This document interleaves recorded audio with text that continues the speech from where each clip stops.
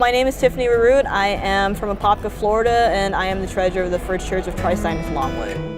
My role in the church, other than being a member, of course, is treasurer, and I've been doing that for the last couple of years. To be honest, being one of the younger members of my church, it was at first very nerve-wracking and stressful for one of the board members to ask me, Tiffany, would you like to take on the role to be treasurer? And I thought, are you kidding? Like, you want me to, at the time I was actually still in college, going through my college classes, and I was thinking the responsibility of taking on a church membership and all the money and all the issues that went with that, I wasn't sure if I was ready.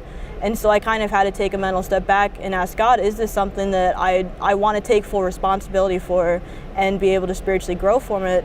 I took the leap, and God took my hand, and we went for it.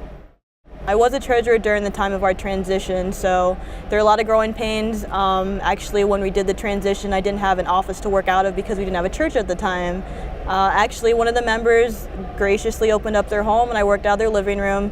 We actually had a transition from our older computer system that was like a 1998 and Money 99, transitioning to using laptops and upgrading to QuickBooks, which in itself was quite a learning experience, but we transitioned well and we did what we could.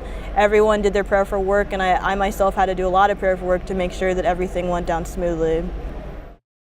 I'd grown up in a couple of different Sunday schools, and as a child and even in my later teen years, I felt as though church was a place where I kind of connected with God, and that Sunday, that Wednesday, that's where it was. That was where it was at.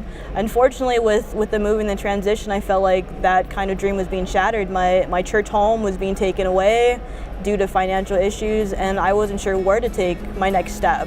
In my spiritual growth, I learned that church wasn't the building itself, it was the thought of it, and that we would be transitioning and growing into our next space and be able to bless more people moving into our new home, hopefully.